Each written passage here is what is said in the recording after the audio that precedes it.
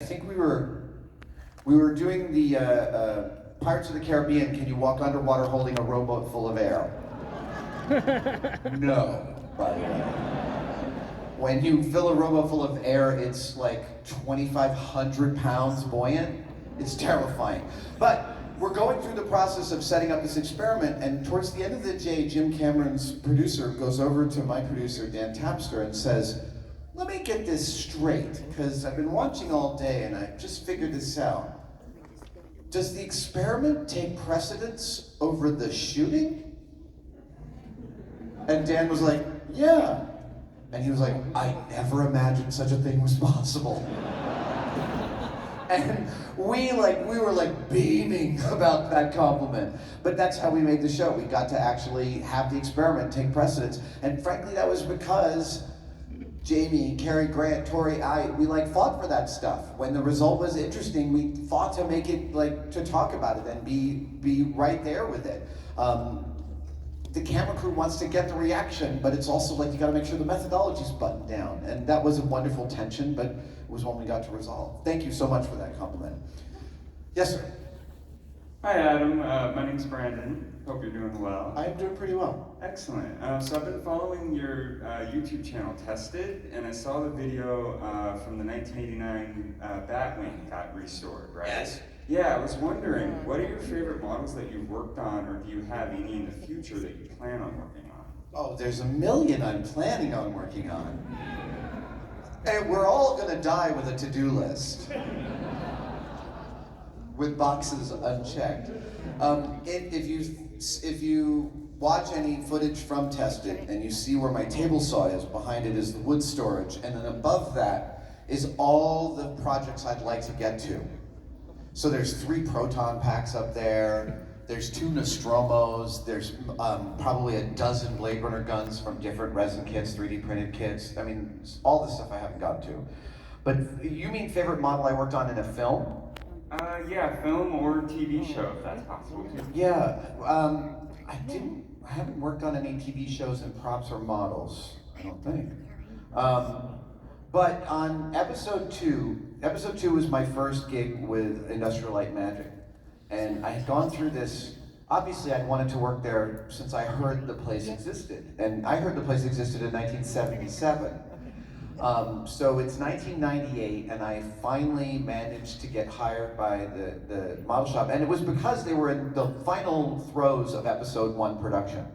And it was a fat shop, 200 plus model makers working full time in the last 6 months of episode 1 to get it across the line. And all the ships were models. There was tons and tons of miniatures. At one point, Bill George, the effects director, who started as a model maker on Blade Runner, Bill George wanted to build a model, so he built some of Anakin's mom's village as a model, just to step into the model shop and get his hands dirty again. So I showed up into this environment and did 1 commercial for them, and then they handed me on to the episode 1 production. And I was partnered up with a wonderful old timer named Larry Tan, who's been around since, I think, Empire. And Larry had been doing all of the initial shaping for Newt and Rune's shuttle that lands on Naboo, that spider-legged thing. And he had finished the shaping, and they were like, "How good are you at ship detailing?" And I'm like, "Well, let's go." And so we started detailing the ship, and Doug Chang, the production designer, is coming around. And within a few weeks, I had a great relationship with Doug. Larry had moved on to something else, and Doug was like, "We got to do the interior of this payload bay." And I'm like, "Great, do you have any drawings?" And he's like, "Nah, just do some." And so I always point out this is even the greatest job in the world is mostly drudgery. My job right now, which is a fantasy, is still tons and tons of drudgery, drilling holes, cleaning up my shop, getting stuff out of my own way. And when you do the drudgery really well, every now and then you get to do some really fun shit. And this was Newt and Rune's shuttle, where Doug was like, "Yeah, just do whatever you want." And so I ended up detailing the inside, but then I also ended up detailing the underside of the ship.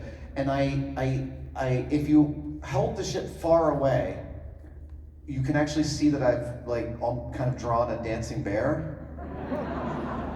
which made it into the Galoob toy prototype of Newton Rune's shuttle.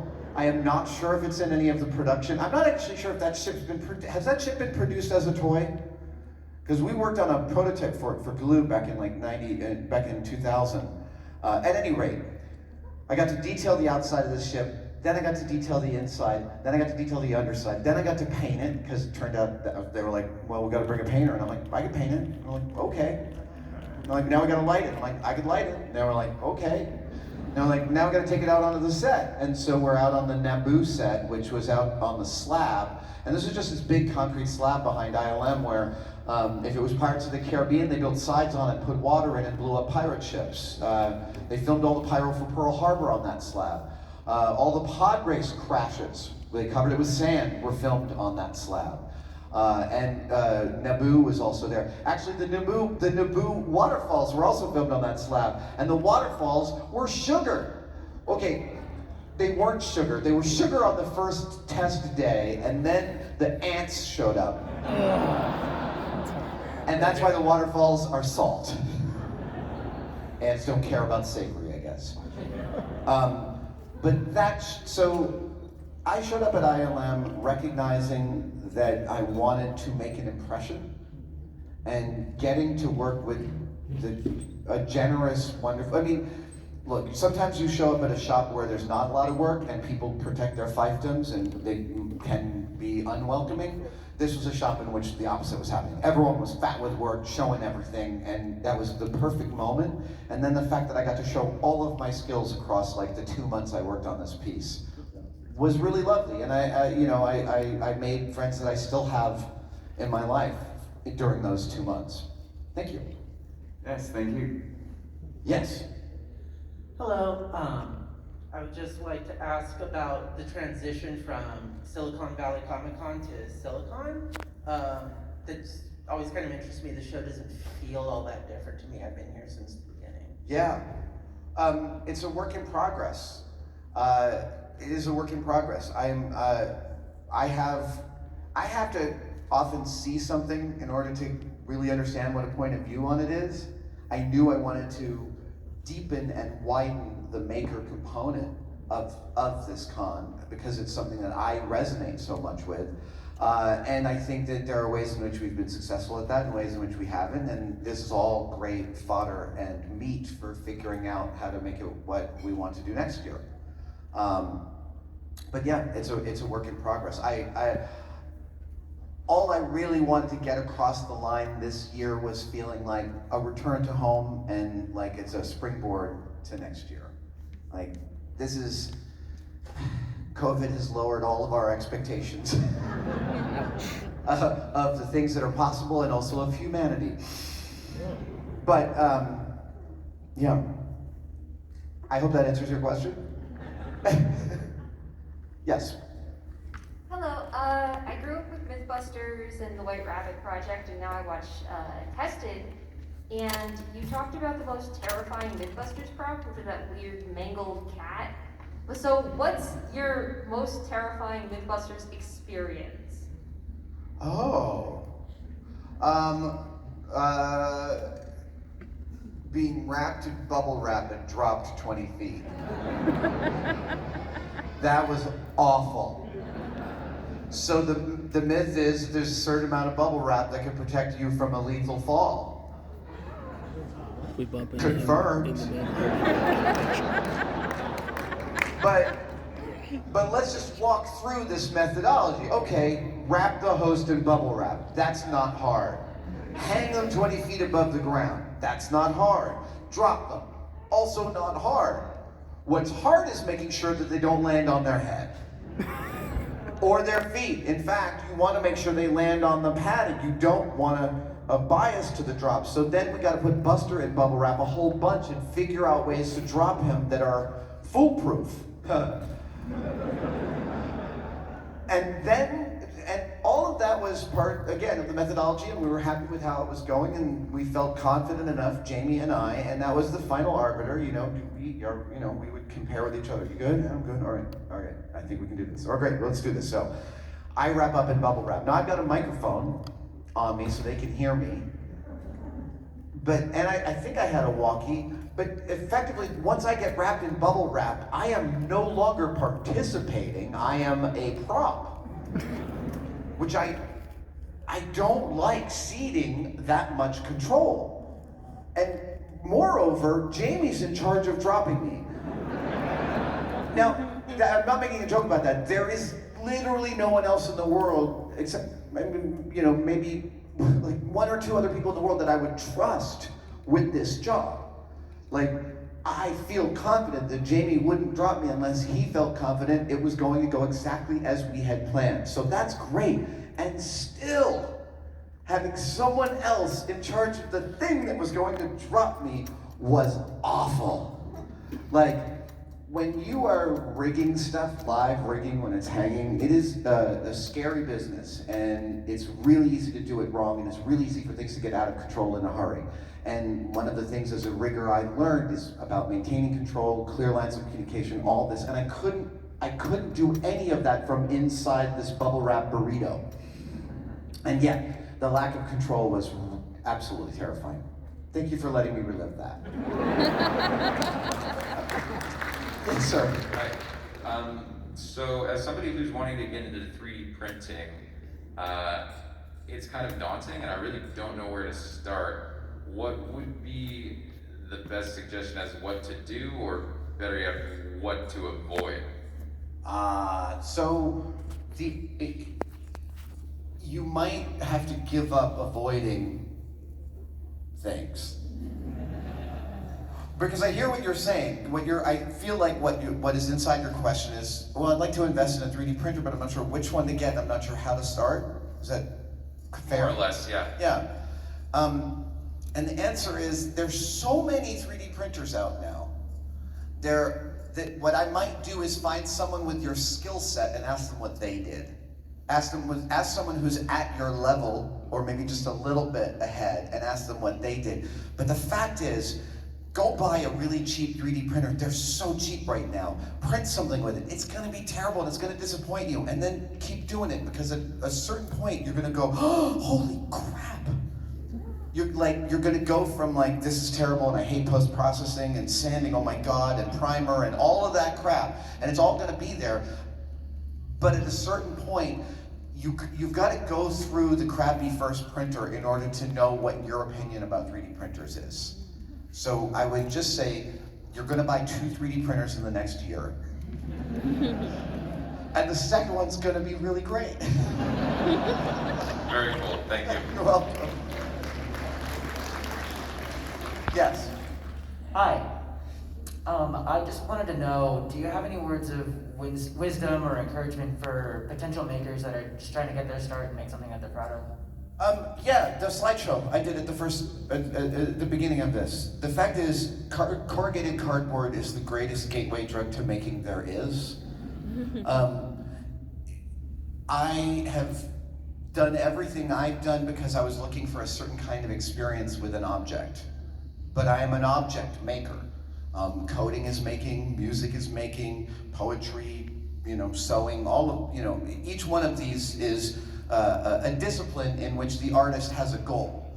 And that would be the one piece of advice I'd say, is think about something that, if you want to make something, think about something, not necessarily that you can make, but that you want.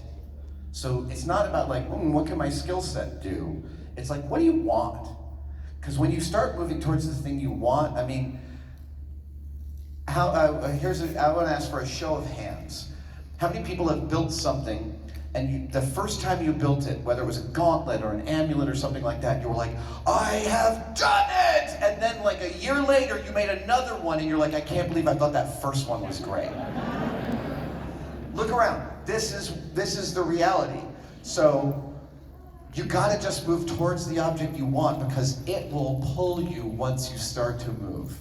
And it will pull you, and it'll show you all these great mysteries, and the first one will be like, yes, I have the diadem. And then you'll be like, I can't believe this piece of crap really thrilled me back then. And that will continue for the rest of your life. I am still rebuilding. Once I finish the Samaritan, I realized it's not done, because I want to make one out of steel. And I want to make some real bullets for it, and I want to fire it. Because of course I want to do that. I just have to find a sponsor, but I will. And I didn't know when I was making the aluminum Samaritan, because like I've been to Guillermo's house, I've held the real one. Mine is an exact match, and I thought that would be good enough for me. And as soon as I finished it, I was like, nope, it's not good enough. I mean, it's not to say it's not good enough, but that I have one more experience I currently want with Hellboy's sidearm, and it would be to machine it out of steel with some gunsmiths. We'll see. I hope that was useful. You're welcome. Yes. If getting things done is a process of trial and error, what is one moment where everything went hilariously wrong that you still laugh at? Oh, every day.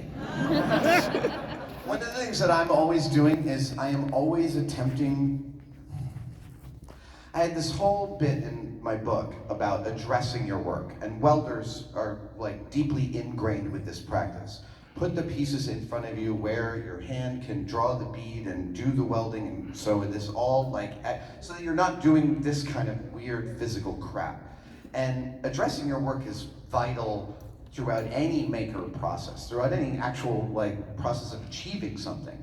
And for me, I sit there sometimes late in the day with a workbench full of tools that haven't been put away. And I'm like, oh crap, that pin fell out. Okay, I'm just gonna hold these while I reach over here and kick this over here, and I can get closer. Hold on, maybe I can get this here. And I am wasting everyone's time doing this, right? Like, I'm about to drop it, and what I really needed to do was clear away the workbench, take this thing, tape it up, and go get the thing, and put it back in. But I'm like so impatient.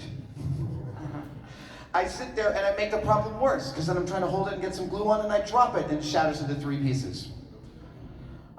Actually, my Iron Man helmet. This happened on Thursday with my Iron Man helmet for my Mark 1.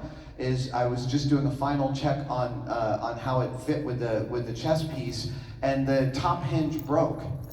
And that's when I discovered that the helmet had been poured in like 4 layers of onyx, and none of them had stuck to each other, so when it cracked, it was just like a bag of potato chips.